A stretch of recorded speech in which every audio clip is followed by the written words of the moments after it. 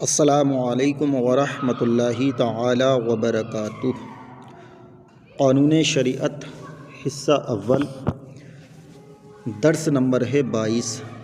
آج ہم اپنا قانون شریعت کا 22واں درس جو ہے وہ شروع کریں گے، اور اس کا عنوان ہے بدعت کی تعریف، یعنی بدعت کس کو کہا جاتا ہے۔ آئیے اپنا درس نمبر 22 ہم شروع کرتے ہیں۔ بسم اللہ الرحمن الرحیم۔ بدعت کی تعریف، جو بات رسول اللہ صلی اللہ تعالی علیہ وسلم سے ثابت نہ ہو وہ بدعت ہے، یعنی جو کام حضور نے نہیں کیا اس کام کو بدعت کہا جاتا ہے۔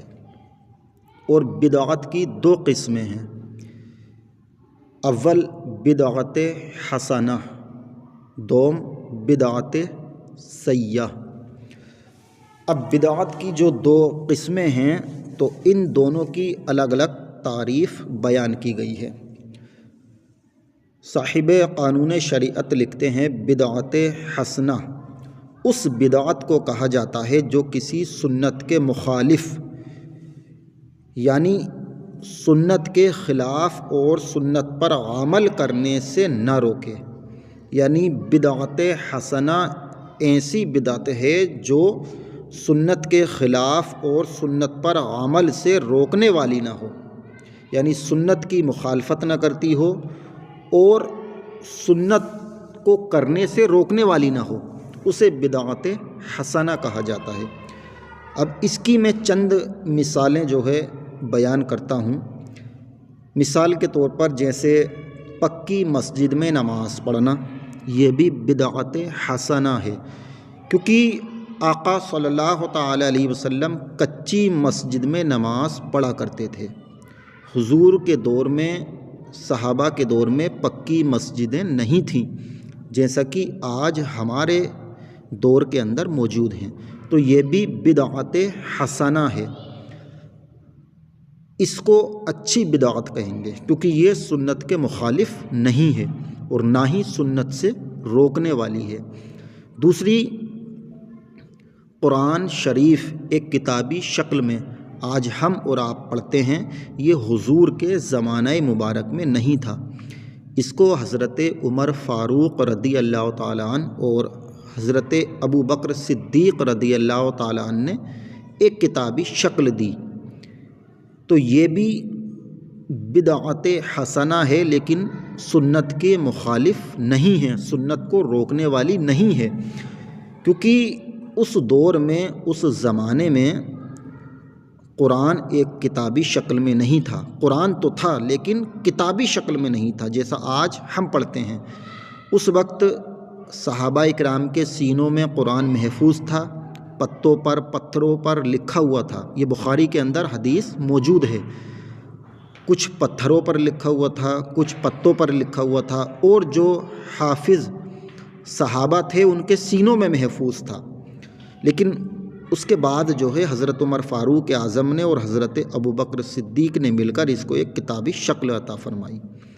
اس کے علاوہ ایک مثال میں آپ کو اور دیتا ہوں جو بخاری شریف ہی کے اندر اس پر حدیث موجود ہے، جیسے امام کے پیچھے نماز تراویح پڑھنا، یہ حضور کی سنت نہیں ہے، کیونکہ حضور نے اپنی پوری زندگی میں کسی کو نماز تراویح کا امام مقرر نہیں کیا۔ اب امام جو مقرر کیا یہ حضرت عمر فاروق اعظم نے کیا، تو یہ بھی ایک بدعت ہے، کیونکہ حضور نے کسی کو نماز تراویح کا امام نہیں بنایا۔ حضرت عمر فاروق اعظم کے دور خلافت میں جب آپ نے دیکھا کہ لوگ نماز تراویح پڑھتے ہیں، کچھ نہیں پڑھتے، چلے جاتے ہیں، تو آپ نے جو ہے سوچا کہ کیوں نہ ایک امام کے پیچھے ان کو نماز تراویح پڑھنے کا حکم دیا جائے۔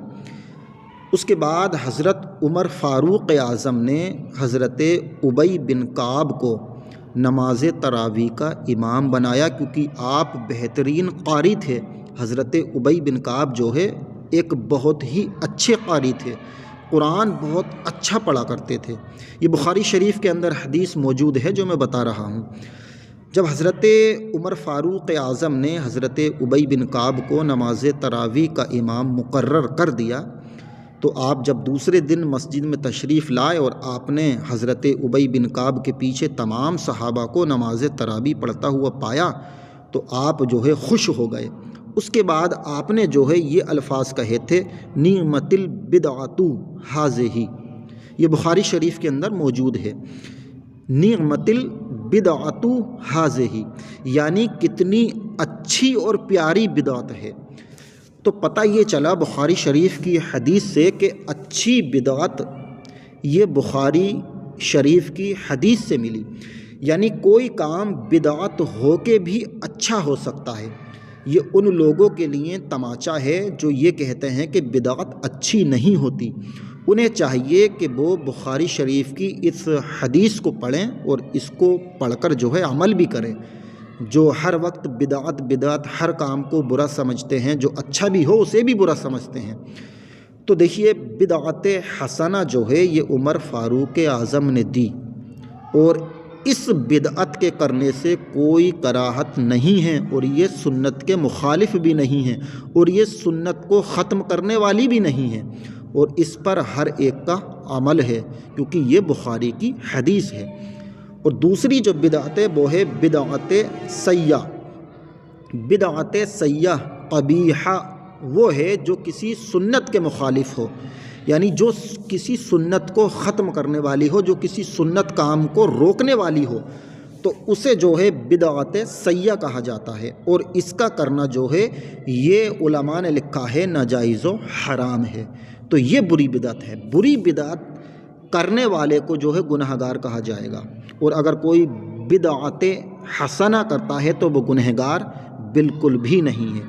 ہمیں بدعت کے تعلق سے سمجھنا چاہیے۔ اللہ تبارک و تعالیٰ کی بارگاہ میں دعا ہے کہ اللہ تبارک و تعالیٰ ہمیں علم دین حاصل کرنے کی توفیق عطا فرمائے اور ہمیں صحیح پر عمل کی توفیق عطا فرمائے۔ آپ ہماری ویڈیو کو لائک بھی کریں، شیئر بھی کریں، اور کمنٹ میں اپنی رائے بھی بتائیں، اور ہماری ویڈیو کو آگے تک ضرور پہنچائیں۔ السلام علیکم ورحمۃ اللہ۔